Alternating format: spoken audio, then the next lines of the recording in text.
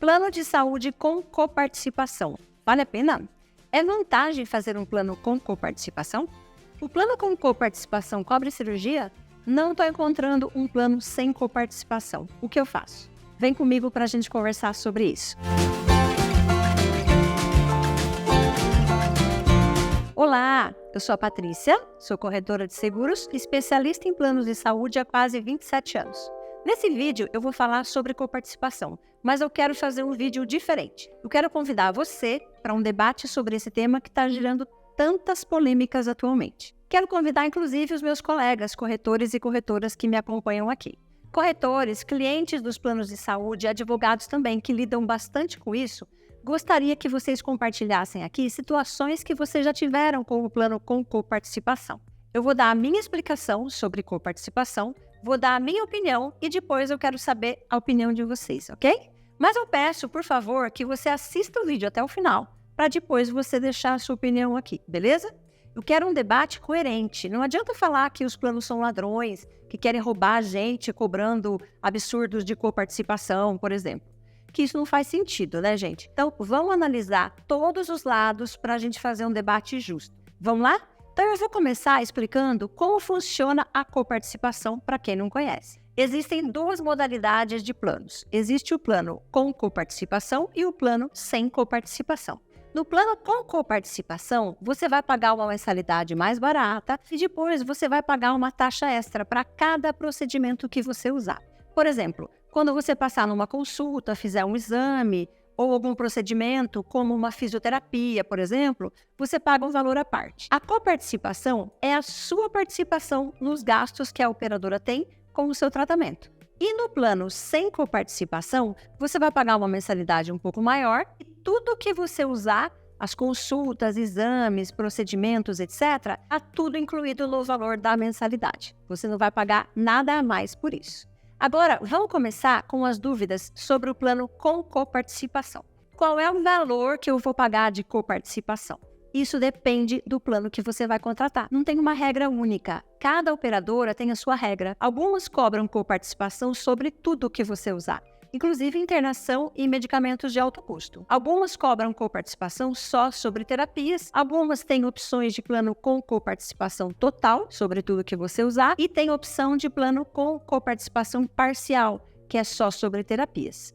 Para esclarecer, quando eu falo que cobra coparticipação sobre tudo, quer dizer que eles cobram sobre consultas agendadas, consulta de pronto-socorro, exames simples como sangue e urina, por exemplo, exames complexos, como uma tomografia ou uma ressonância, por exemplo.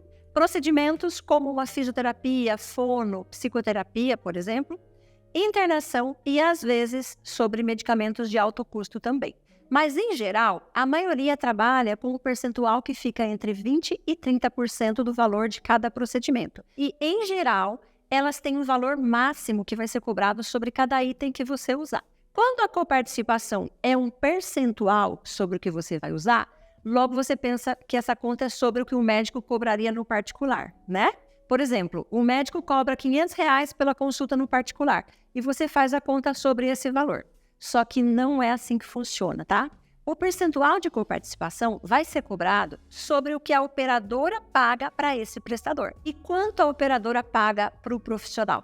Nós não sabemos, não tem como saber porque isso é um acordo entre eles e cada profissional tem um acordo diferente. Por isso, para você não ficar totalmente no escuro com relação a quanto vai ser cobrado de coparticipação, a maioria tem esse valor máximo de cobrança. Vou dar um exemplo de uma seguradora aqui, só para você entender melhor isso. Esse exemplo é da Sul América, nos planos empresariais. A Sul América cobra 30% de coparticipação e tem um valor máximo para cada item. O valor máximo de cobrança muda de acordo com o plano escolhido também. É só um exemplo, tá? Cada uma tem um valor diferente. Dá uma olhada.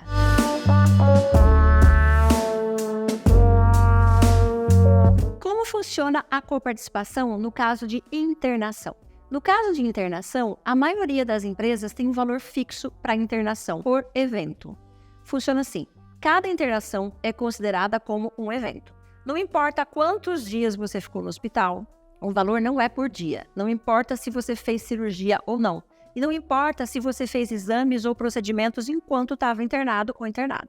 Então, por exemplo, você foi internado hoje, ficou 3 dias e saiu.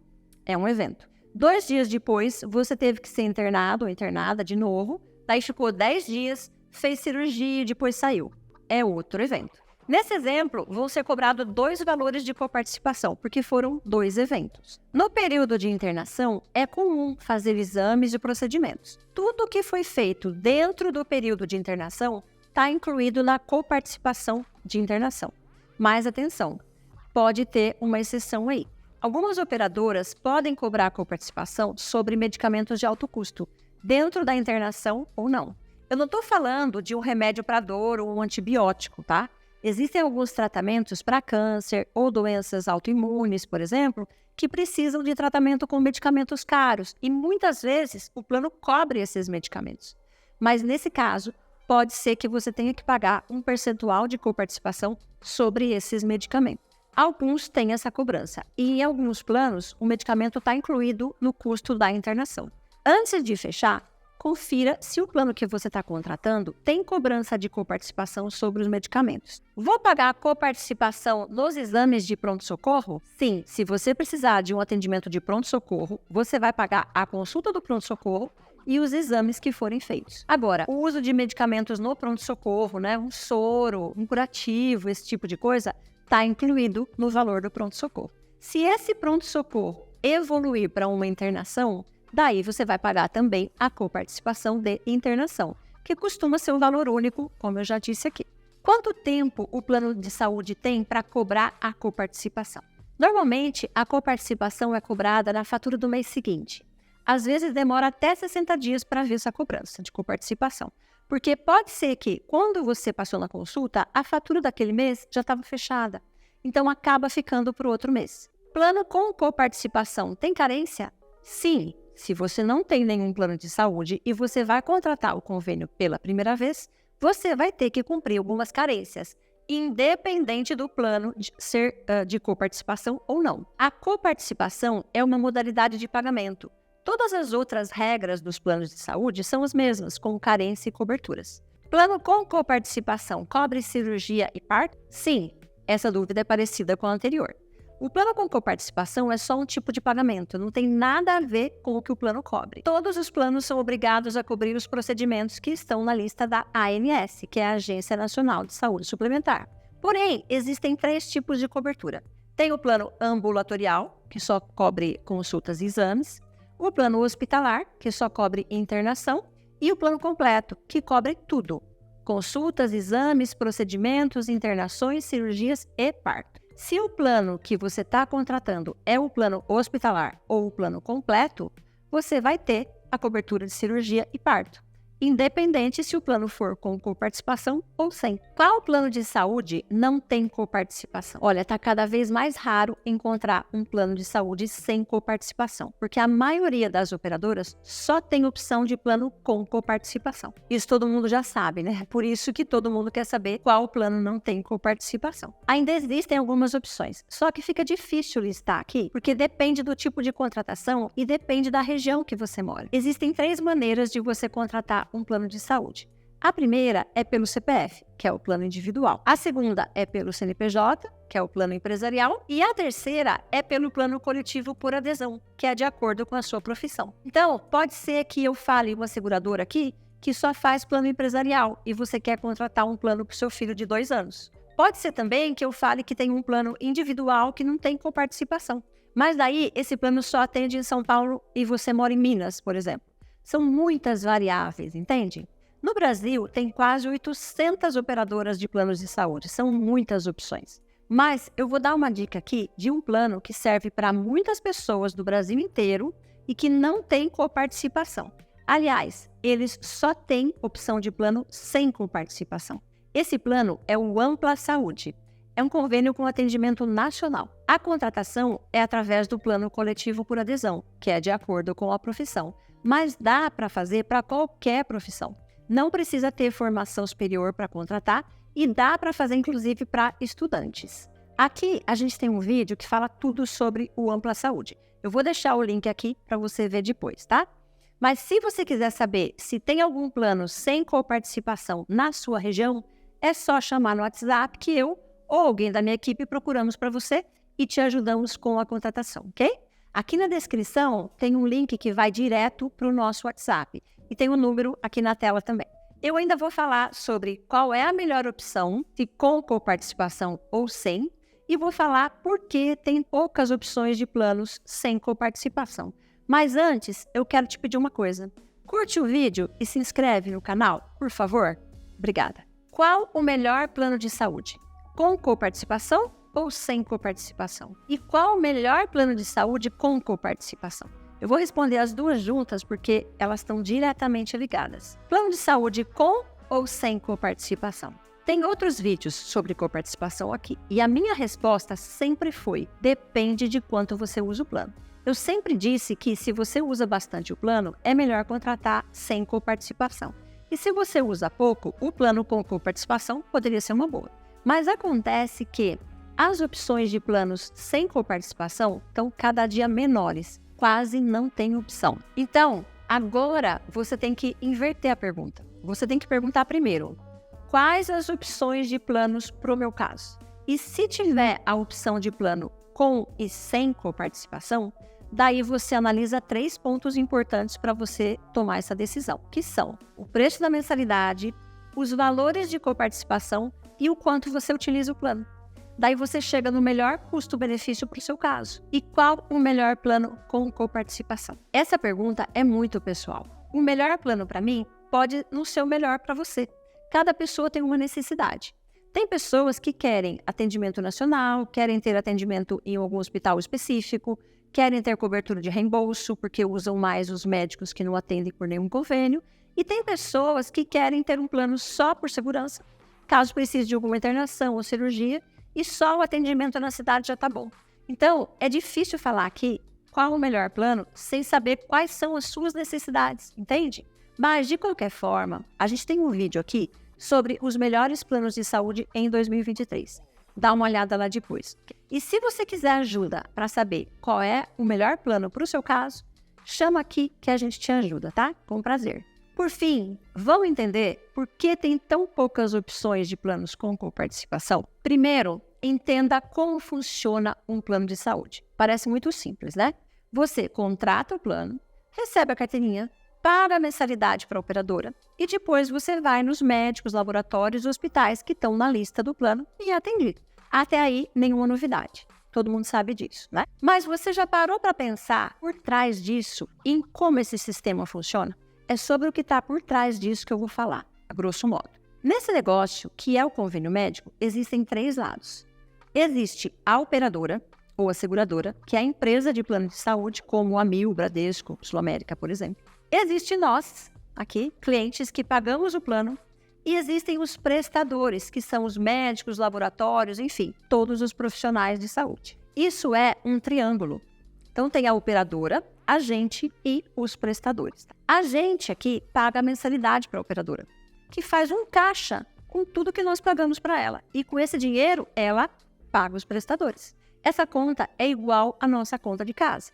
A gente recebe o salário e sai pagando as contas, né? E a gente não pode gastar mais do que a gente ganha, senão a conta não fecha, não é assim?